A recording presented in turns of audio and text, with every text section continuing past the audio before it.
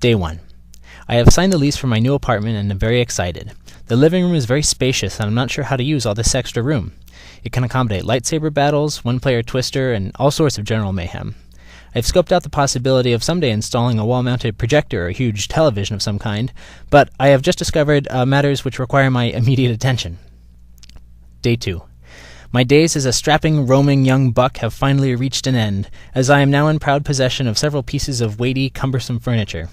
I'm quote-unquote storing some of John Marion's extra coffee tables, nightstands, and miscellaneous furniture thingies, and I bolstered my collection with a bed and sofa from Craigslist. The couple who supplied me with the sofa threw in a bunch of frilly things like sofa blankets and little ineffectual pillows, and I am still experimenting with the feng shui of the whole business. Inspired by the homey appearance of some of my first-floor neighbors' apartments, one evening I decided to try my hand at home decor by sprucing up the place a little with the addition of a plant. Her name is Maggie, short for Magellan. Day 3. The lack of central lighting in my apartment was brought to my attention rather abruptly yesterday evening after the sun went down. A large number of extremely cheap lamps from Walmart adequately shed light on the problem, but I have not yet designed a graceful way to turn them all on using the apartment's switched outlets. In many regards, the living room is finished. There is still plenty of extra space, and I eagerly await the day when I meet enough people here to test its partying capacity.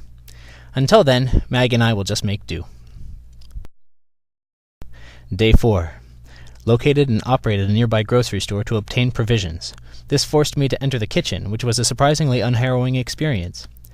Soon we were completely at ease with each other, and I was enjoying all the amenities that my kitchen offers. Most notably, the dishwasher and I don't seem to quite know what to make of each other, seeing as how I don't seem to own, let alone dirty, dishes at a rate that would require its capabilities.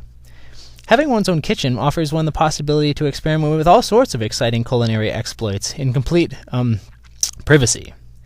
My first attempts, although timid, have been consistently producing spectacularly adequate results. Day 5. Many hours of intense consideration and effort have yielded excellent results in equipping the bathroom with all the amenities that our modern society has so egregiously come to take for granted. Day 6. Today was an exciting and triumphant day in the continual retrofit of my apartment for modern living.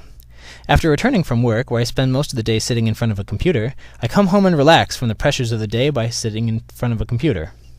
The primary consequence of this is that I develop a sore behind, which causes me to shift around in my chair in discomfort. To solve this problem, I did what any responsible adult in the real world would do. I took a good, hard look at my exercise routines and eating habits, I worked harder to develop a well-balanced lifestyle, and I found similarly minded friends and coworkers to join me in getting out of the house to pursue a healthier, happier life. All in all, life in my new apartment is great. Thanks for joining me in a little slice of my life as I take a few more trepidatious steps into the real world. Love, Justin.